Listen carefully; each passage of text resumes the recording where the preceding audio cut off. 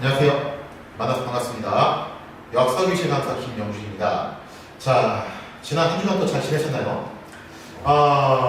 이번 시간에는 이제 어떤 내용을 좀 다뤄볼까 하냐면요. 일본 역사를 한번 다뤄보려고 하는데요. 일본 역사, 아마 많이들 잘은 모르실 거예요. 좀 희한한 게 뭐냐면은, 일본이라는 나라가 분명히 우리 이웃에 있는 나라임에도 불구하고, 일본에 대한 악감정 때문에 그런 걸 수도 있고, 또 일본 지명이나 이름이 좀 많이 우리한테 어렵게 들려서 그런 걸 수도 있어요. 그래서 이런저런 이유로 인해서 한국인들이 좀 일본사를 잘 모르더라고요. 근데 아무리 이제 한국인들이 일본사에 대해서 무시하다 하더라도, 잘 모른다 하더라도, 그래도 이 시대는 많이들 관심을 갖는 분들이 계십니다. 바로 일본의 전국시대죠.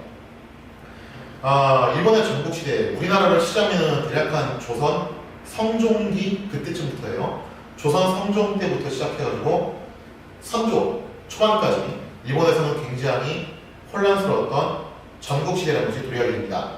그러니까 일본은 일찍부터 그런 체제가 만들어졌어요. 일본의 가장 꼭대기에 있는 최고 권력자는 천황이죠. 덴노라고 부르죠. 근데 이 덴노가 힘을 잃어버리고 슈오군이라는 사람, 장군 중에서도 이제 가장 우두머리예요. 지금으로 치면은 뭐 이제 합참 의장쯤 되는 사람이죠.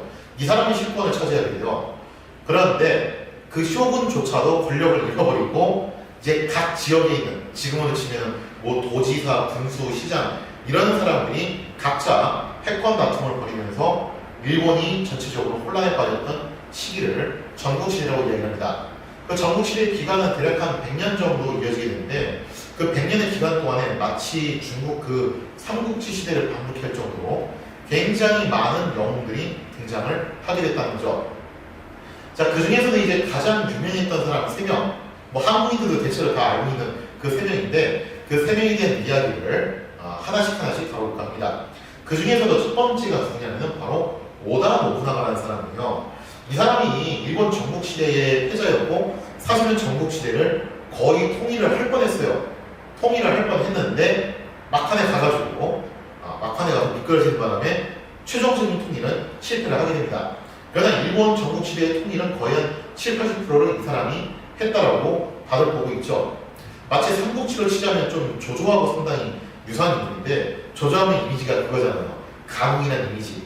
그러나 패권자로서 중국 전토까지는 아니었지만 적백들에서 패배하는 바람에 결국에는 전토 통일은 못했지만 적어도 한 3분의 2 정도는 조조가 통일을 이뤄냈다라고 다들 보고 있는 것처럼 오다 노부나가도 그런 사람이었다는 거죠. 자, 그러면 오다 노부나가가 어떤 인물이었는가? 거기에 대한 이야기를 한번 본격적으로 다뤄볼까 합니다. 자, 지금 이 그림에서 보시는 초상화가 바로 오다 노부나가인데요. 오다 노부나가와 관련된 이야기를 하기 앞서서 먼저 좀 그 얘기를 해볼 거예요. 일본에서 이 시대에 나는 이제 라이벌이라고 생각을 하면서 전국시대를 대표하는 영웅을 3명 뽑아봐라. 마치 그 삼국지에서 조조, 유비, 선관 그렇게 3명처럼 그렇게 3명을 찍어봐라 하면은 보통 이제 누구를 얘기를 하냐면은 오늘 다루게 될 오다 노부나가, 그리고 다음 시간에 다루게 될 도요토 히데요시, 그리고 그 다음 시간에 다루게 될 도쿠가 이에야스, 이 3명이 보통 나오게 된다는 거죠. 그리고 이 3사람과 관련된 재미난 일화라기보다는 뭐라고 해야 되나, 일종의 넌센스 퀴즈라고 해야 되나요? 그런 게 하나 있어요. 그게 뭐냐? 오다 노부나가, 도요토 히데요시, 도쿠가 이에야스, 이 3사람한테 어떠한 일이 있어도 울지 않는 두견새를 갖다 줘봤다. 그럼 이 3사람이 과연 두견새를 어떻게 할 것이냐, 어떻게 울게 만들 것이냐 라고 했을 때, 먼저 오다 노부나가는 그 두견새한테 몇 번 울게끔 시켜보다가 얘가 끝까지 안 운다. 그럼 어떻게 한다? 울지 않는 새는 필요 없다 하고 바로 그 두견새를 죽였을 것이다 라고 일본인들은 이야기를 하죠. 그리고 도요토 히데요시한테 이 두견새를 줘봤다. 그러면 이 도요토 히데요시는 정말 기기묘묘한 계략과 책략을 써가지고 수단과 방법을 가리지 않고 어떻게 해서든 이 두견새가 울게끔 했을 것이다 라고 일본인들은 이야기를 해요. 그 다음에 이제 도쿠가 이에야스한테 이걸 한번 줘봤다라고 하면은, 도쿠가 이에야스는 몇 번 울게끔 시켜봤다가 얘가 안 운다. 그럼 어떻게 한다? 네가 언젠가 울겠지 하고서 그냥 내버려 둔다는 거예요. 울 때까지 기다릴 것이다. 일본인들은 보통 이제 그렇게 이야기를 한다는 거죠. 그래서 이제 이 오다 노부나가라는 사람에 대해서 이 두 개의 일화를 통해서 봤을 때 우리가 이제 몇 가지 유추할 수 있는 게 뭐냐면요. 첫째, 뭔가 좀 성격이 급한 인물이라는 거죠. 두 번째, 굉장히 과감한 인물이라는 거예요. 그리고 세 번째, 효율성을 상당히 중요시 여기는 인물이라는 겁니다. 울지 않는 새는 필요 없다라는 거예요. 자, 이 오다 노부나가라는 인물을 상징하는 단어가 뭐냐면 바로 혁신입니다. 오다 노부나가는요, 어릴 때부터 좀 그런 기질이 있었던 것 같아요. 남들 하는 거 따라하지 않고 남들과는 좀 다른 생각과 가치관, 사고방식을 가지고 움직였던 사람이 바로 오다 노부나가였죠. 그래서 이런 점들 때문에 왜 에디슨도 그랬잖아요. 하도 그냥 그 사람이 똑똑하다 보니까 어릴 적에 일반인들이 봤을 때는 좀 괴상망측한 행동들을 하는 거예요. 예를 들자면 이제 달걀을 갖다 자기가 직접 품어가지고 병아리로 부화를 시켜보려고 했다든가 그 유명한 일화들 있죠. 그래서 에디슨이 혹시 저거 바보 아닌가 하는 그런 취급을 받았던 것처럼 어릴 적에 오다 노부나가도 그랬습니다. 원체 사람이 그렇게 파격적이고 혁신적인 생각을 하다 보니까 어릴 적에 별명은 의외로 멍청이였어요. 하지만 그 멍청이라고 농림을 받았던 오다 노부나가가 결국 다이묘 그 지방 영주 자리에 올라오게 되면서 본격적으로 전국 시대의 패권 레이스에 끼어들게 됐다는 거죠. 이 오다 노부나가라는 사람은요, 효율성을 굉장히 극도로 중요시 여긴 인물이었습니다. 요즘식으로 따지자면요, 학벌, 스펙, 가문, 자격증 이런 거 일절 안 보는 사람이에요. 그 사람이 정말로 이 일을 할 수 있냐 없냐, 그 사람의 능력치가 얼마나 되냐, 오로지 그것만 따지고서 인재 채용을 했던 인물이었다는 거죠. 어느 정도로 이제 파격적이었냐, 오다 노부나가의 성격을 알려주는 굉장히 유명한 일화가 있습니다. 어느 날 오다 노부나가가 전쟁에서 승리를 해가지고 적군들을 포로로 잡았는데 그때 포로로 잡은 사람 중에서 적장에 측근에서 일을 하던 요리사가 있었어요. 그리고 그 요리사가 알고 봤더니 옛날 기억을 살펴보니까 황궁에서 일했던 사람이에요.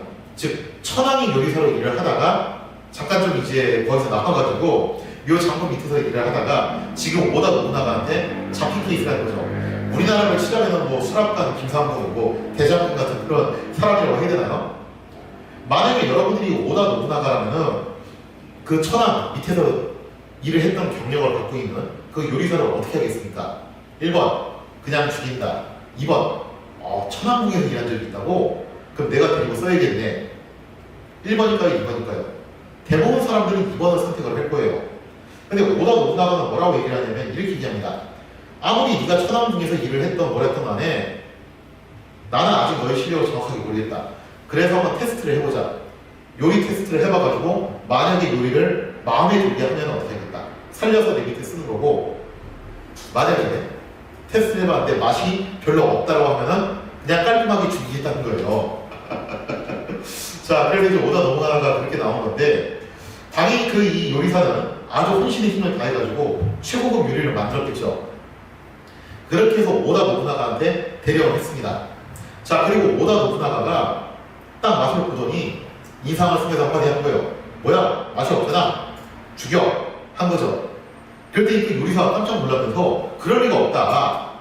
한 번만 더 기회를 달라. 한 번만 더 기회를 주면은 정말로 마음에 속 드는 요리를 만들 수 있습니다. 라고 사정을 했던 거죠. 노부나가 입장에서는 손해 볼 거 없죠? 알았어. 한 번 더 기회를 줄게. 하고서 한 번 더 기회를 줬습니다. 근데 이 두 번째로 만든 요리는요, 정말 입에 착착 감겼다는 거예요. 그래서 노부나가가 그 두 번째로 만든 요리를 맛을 본 다음에 음미를 하면서 정말 괜찮구만. 야, 살려. 내 밑에서 요리사로 일하게 시켜라. 했다라는 거죠. 그리고 나중에 그 요리사를 불러다 놓고 물어봤대요. 첫 번째 요리는 내가 봤을 때 엉망진창이었는데 두 번째 요리는 정말 괜찮았다. 그거 왜 그랬냐? 그랬더니 그 요리사가 뭐라고 얘기했냐? 첫 번째로 바쳤던 요리가 뭐였냐면은 정말로 천황과 일본의 고위 귀족들이 먹는 정통 요리라는 거예요. 그리고 두 번째로 먹는 요리는 뭐냐면은 조미료 같은 거 많이 써가지고 만드는 일반 그 저작거에서 먹는 음식 있죠, 그죠? 요즘으로 치자면은 뭐 이제 백종원식 요리 같은 그런 스타일이라고 해야 되나요? 그런 거였다는 거죠. 자, 왜 이런 차이가 나왔냐면요. 노부나가는 지방 영주 출신이에요. 사실은 그런 이제 수도에서 천황궁에서 일하는 그런 고위층들하고 어울려 본 적이 없는 사람이에요.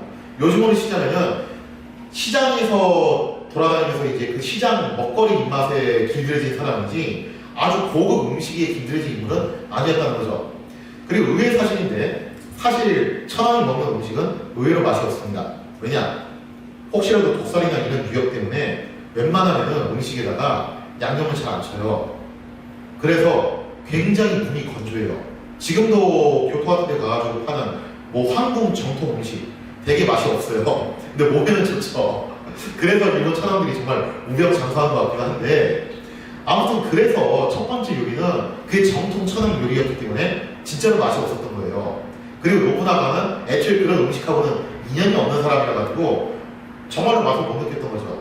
그 두 번째 나왔던 요리가 일반 저작거리에서 나오는 음식 스타일이었기 때문에 노부나가 마음에 쏙 들었다고 볼 수가 있겠습니다. 여기서 이제 노부나가의 성격을 알 수 있는 게 바로 그거예요. 아마 저 같았으면 그랬을 것 같아요. 설사 맛이 없다 하더라도 첫 번째 요리가 그게 진짜 높으신 사람들이 먹는 음식이잖아요. 요즘 우리나라식으로 따지자면은 이게 진짜 수락관에서 임금님이 드시던 밥상. 그러면은 설사 맛이 없어도 우리는 뭐라고 생각합니까? 아 이게 고급스러운 거라고. 그럼 맛있게 먹어야겠는데 맛있는 척이라도 해야겠는데 속으로는 맛없다고 생각하면서도 겉으로는 아 이거 맛있네. 역시 이게 임금님 밥상이라서 괜찮네. 이러면서 너스레를 떨면서 먹었을 거예요. 저 같았을 때는. 그리고 어쨌든 천황이 요리사니까 내 밑에 두면은 그것만으로도 충분히 뽀대가 나잖아요. 근데 노부나가는 그런 거 다 필요 없다 이거예요. 요리사가 요리를 잘해야지. 무슨 소리인가. 내 입맛에 안 맞으면 다 소용없어. 아무리 천황 밑에서 일했던 그런 요리사라 하더라도 내 입맛에 맞는 요리를 할 줄 모르면은 자기는 쓰지 않겠다라는 거죠. 이렇게 고도의 효율성을 중시하게 된 것이 바로 오다 노부나가였습니다. 그래서 전쟁을 할 때도 조총을 도입해서 그 유명한 조총 있죠. 그걸 도입해서 조직적인 전술화를 시켰던 인물도 역시 오다 노부나가였어요. 그래서 그 덕분에 오다 노부나가는 전국시대의 패자가 되었고 사실상 전국시대를 거의 통일을 할 뻔했는데 막판에 가서 이제 문제가 생겼죠. 아무래도 성격이 이렇게 직선적이다 보니까 이게 장단점이 있어요. 이렇게 고도의 효율성을 중요시 여기고 혁신적이고 사람의 성격이 직선적이란 말이에요. 그러다 보니까 남들보다 빠르게 치고 나가는 데는 유리할 수 있어요. 하지만 문제가 뭐냐면 부하들의 마음을 갖다 어루만질 때 있어서는 분명히 흠결이 있을 수밖에 없다는 거죠. 실제로 이 오다 노부나가 밑에 있었던 아케치 미스히데라는 부하가 있었는데 이 부하하고 트러블이 하나 생기게 됩니다. 이 사람이 그래도 이 아케치라는 사람이 나름대로 오다 노부나가 휘하에 있으면서 거의 2인자격으로 있었던 인물이었어요. 그런데 오다 노부나가가 뭔가 좀 직선적인 행동들을 많이 하다 보니까 이 아케치라는 부하하고 결국 트러블이 생기게 되고 오다 노부나가가 사실상 전국시대를 거의 통일할 뻔한 시점에서 바로 이 아케치라는 부하가 반란을 일으키게 됩니다. 배신을 한 거죠. 결정적인 순간에 일어난 반란이었어요. 그래서 오다 노부나가가 그때 이제 혼노사라는 이제 절에 있었는데 이 혼노지라는 절에 있다가 아케치의 습격을 받아가지고 여기서 전국시대의 통일의 끝을 보지 못하고 비극적으로 생활을 마감하게 되었다는 거죠. 이런 걸 놓고 보면요, 그렇게 고도의 효율성을 중요시 여기고 과감하고 혁신적인 것 이런 거는 분명 오다 노부나가한테 배울 점인 건 맞아요. 하지만 부하들의 마음을 간파하고 또 그걸 어루만지는 부분에 있어서는 흠결이 있었다. 또 그런 것들도 우리가 또 나름의 교훈으로 삼을 필요가 있겠죠. 자, 이렇게 오다 노부나가가 갑작스럽게 고꾸라지게 되면서 전국시대의 향방은 잠시 또 이제 미궁 속으로 빠지게 되는데 이때 치고 올라왔던 사람이 누구였냐? 한국사에서 거론되는 필수적인 일본인 중 한 명이죠. 별로 좋은 이미지는 아니에요. 바로 도요토미 히데요시. 그 도요토미 히데요시가 짠 하고 나타나서 오다 노부나가의 뒤를 이어서 일본 전국시대를 통일하게 되었으니 과연 이 도요토미 히데요시는 어떤 인물이었는가? 거기에 대한 이야기는 다음 시간에 이어서 계속하도록 하겠습니다. 이 시간 이야기 마치겠습니다. 감사합니다.